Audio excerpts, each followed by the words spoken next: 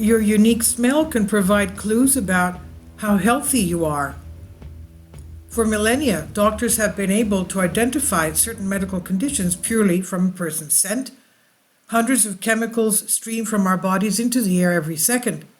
These chemicals release into the air easily as they have high vapor pressures, meaning they boil and turn into gases at room temperature.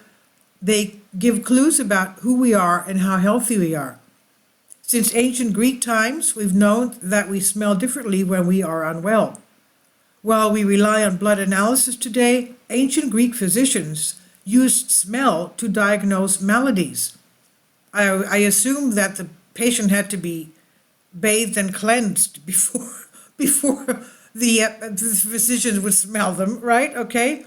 Now, if they took a whiff of your breath and described it as fetor hepaticus, meaning bad liver, it means you could be headed for liver failure. If a person's whiff was sweet or fruity, physicians thought this meant that sugars in the digestive system were not being broken down, and that person probably had diabetes. Science has since shown that ancient Greeks were right. Liver failure and diabetes and many other diseases, including infectious diseases, give your breath a distinctive smell. In 1971, Nobel laureate chemist Linus Pauling counted 250 different gaseous chemicals in breath. These gaseous chemicals are called volatile organic compounds, or VOCs. Since Pauling's discovery, other scientists have discovered hundreds more VOCs in our breath. We've learned that many of these VOCs have distinct odors, but some have no odor that our nose can perceive. Scientists believe that whether a VOC has an odor that our noses can detect or not, they can reveal information about how healthy someone is. A Scottish man's Parkinson's disease onset was identified by his wife, retired nurse Joy Milner, after she was convinced the way he smelled had changed years before he was diagnosed in 2005.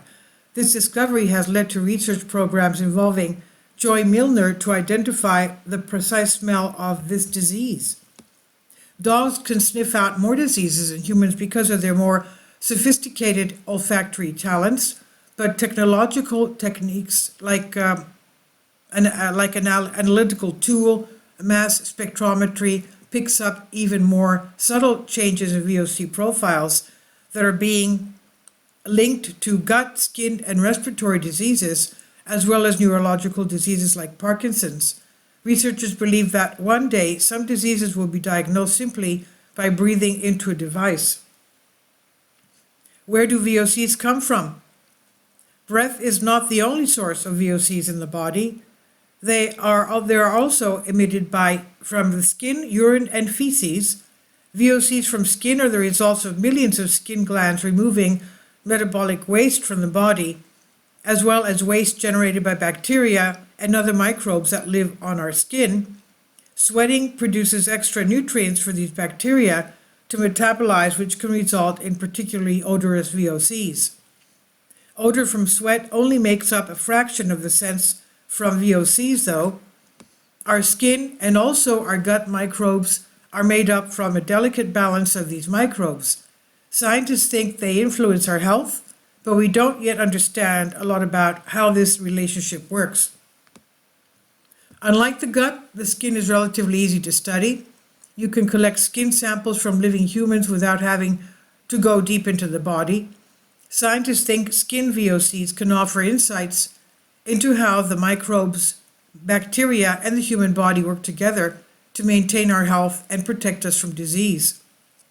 In my team's laboratory, we are investigating whether the skin VOC signature can reveal different attributes of a person it belongs to. These signals in skin VOC signatures are probably how dogs distinguish between people by smell. We are at a relatively early stage in this research area, but we have shown that you can tell males from females based on how acidic the VOCs from the skin are. We use mass spectrometry to see this, as the average human nose is not sophisticated enough to detect these VOCs. We can also predict a person's age with reasonable accuracy to within a few years from their skin VOC profile. This is not surprising considering that oxidative stress in our bodies increases as we age. Oxidative stress happens when our antioxidant levels are low and causes irreversible damage to our cells and organs. Our recent research found byproducts of this oxidative damage in skin VOC profiles. Not only are these VOCs responsible for personal scent, they're used by plants, insects, and animals as a communication channel. Plants are in a constant VOC dialogue with other organisms, including pollinators, herbivores, other plants, and their natural enemies such as harmful bacteria and insects. VOCs used for this back and forth dialogue are known as pheromones. What has science shown about love pheromones? In the animal kingdom, there is good evidence VOCs can act as aphrodisiacs. Mice, for example, have microbes which contribute to a particularly smelly compound called trimethylamine, which allows mice to verify the species of a potential mate. Pigs and elephants have sex pheromones too. It's possible that humans also produce VOCs for attracting the perfect mate. Scientists have yet to fully decode skin or other VOCs that are released from our bodies, but evidence for human love pheromones so far is controversial at best.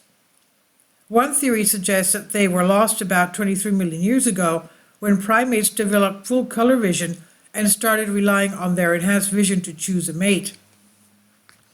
However, we believe that whether human pheromones exist or not, skin VOCs can reveal who and how we are in terms of things like aging, nutrition and fitness, fertility, and even stress levels.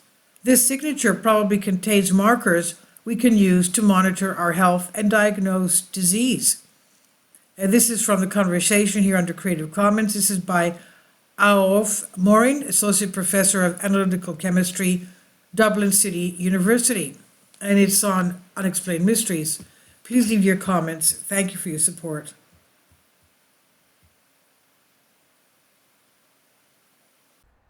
Kindly support my Patreon account. The daily posts are 5 videos daily, and they are totally different from what I have on my YouTube channel. Thank you so much for your support and that you find all my content so interesting. You'll find the Patreon account details in the description box below.